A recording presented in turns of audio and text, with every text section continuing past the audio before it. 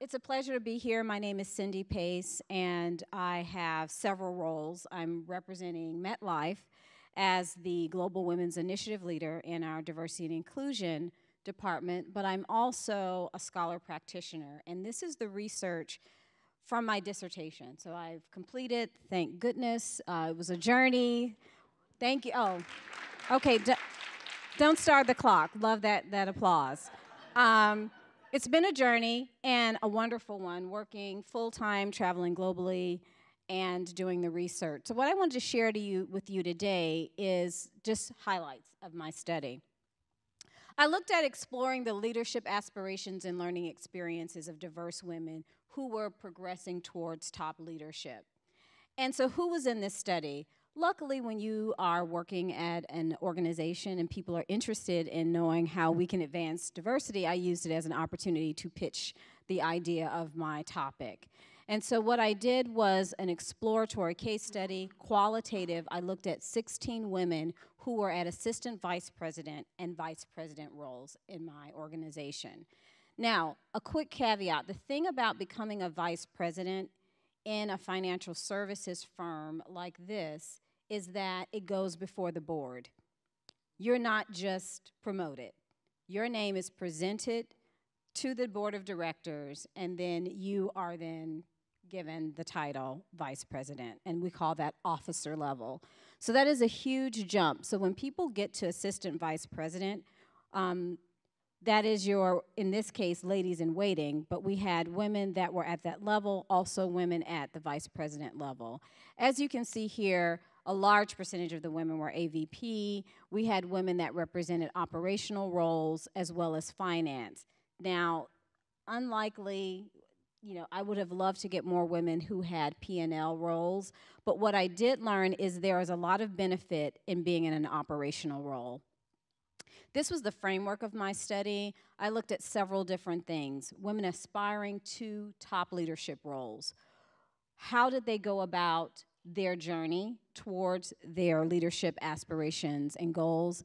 And then what were the experiences that were really instrumental in getting them there? If they had not had these experiences, they would not be in leadership.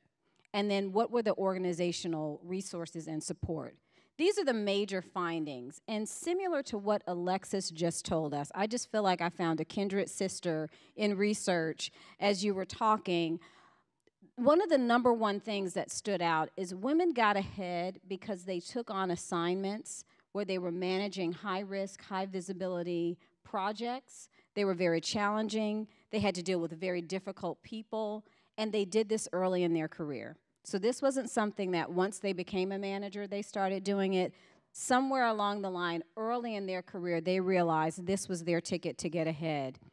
They also did not wait for someone to knight them or give them a tiara. They proactively identified and seized opportunities that others didn't see, and sometimes they created their own possible future.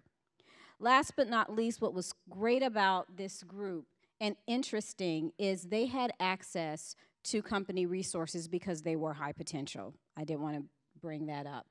And each one of them had a white male mentor early in their career who stuck with them. The issue that they are now facing as they continue to progress, these are some strategies that they use, is that the organization is changing and these mentors and sponsors are no longer there. Along their leadership journey, they talked about 3 different ways that they were able to get ahead. One was activation strategies, putting themselves out there, activating those opportunities, and taking risks. The second was being influential. When you were in operational roles, and the majority of women in these roles were what we call chief of staff. And they were chief of staff to executive group members. Executive group members are people that report directly to the CEO. They could see everything happening in the organization, but they also had the ability to learn how to develop and cultivate partnerships around the organization and globally. They got very astute at how to gain power and influence without positional authority. And the last motivation was a motivation strategy. What I noticed is these women had the uncanny ability to just grow talent, see and identify potential in other people and bring them along. I think it was something that they gleaned early in their career and they were able to pay it forward. So here are a few of my recommendations. What I did find out, it wasn't just important to get to the top, it was what are you going to do when you get there? And these women wanted to lead with purpose and impact. That's why they wanted to be in those roles. The other thing is you have to start early. The critical experiences that women need to get ahead have to happen early in their career. And as you can read the rest of the recommendations. Thank you.